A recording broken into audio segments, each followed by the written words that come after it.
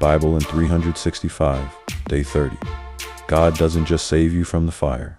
Sometimes he hides you in the chaos until it's your time to rise.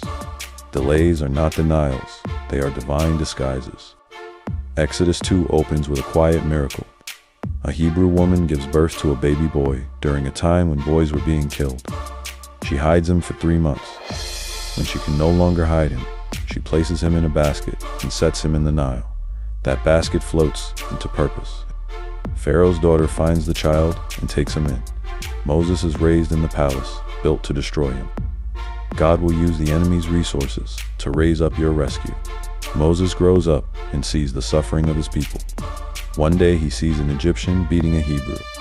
He kills the Egyptian and hides the body. The next day, he tries to break up a fight between two Hebrews, but they call him out. Who made you ruler? Moses is afraid. Pharaoh finds out and seeks to kill him.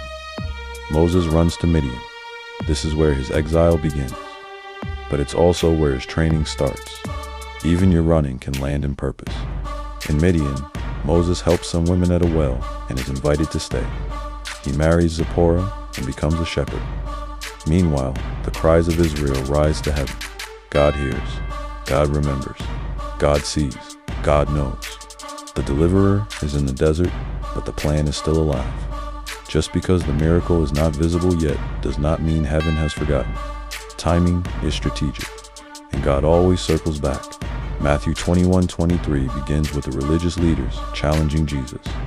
By what authority do you do these things? Jesus answers their question with a question about John the Baptist. They won't answer, so he doesn't answer either. You do not owe full explanations to people who are only looking to trap you. Jesus spoke truth, but he never wasted it on manipulation. Then Jesus tells two parables. First, the story of two sons. One says no to his father's command, but later obeys. The other says yes, but never acts. Jesus says the first son did the will of his father. Obedience is not about perfect words. It's about follow-through. Real faith moves. It may hesitate, but it responds. The second parable is about a vineyard owner. He sends servants to collect fruit, but they are beaten and killed. Finally, he sends his son, but they kill him too. Jesus says the kingdom will be taken from those who rejected the son and given to those who will produce fruit.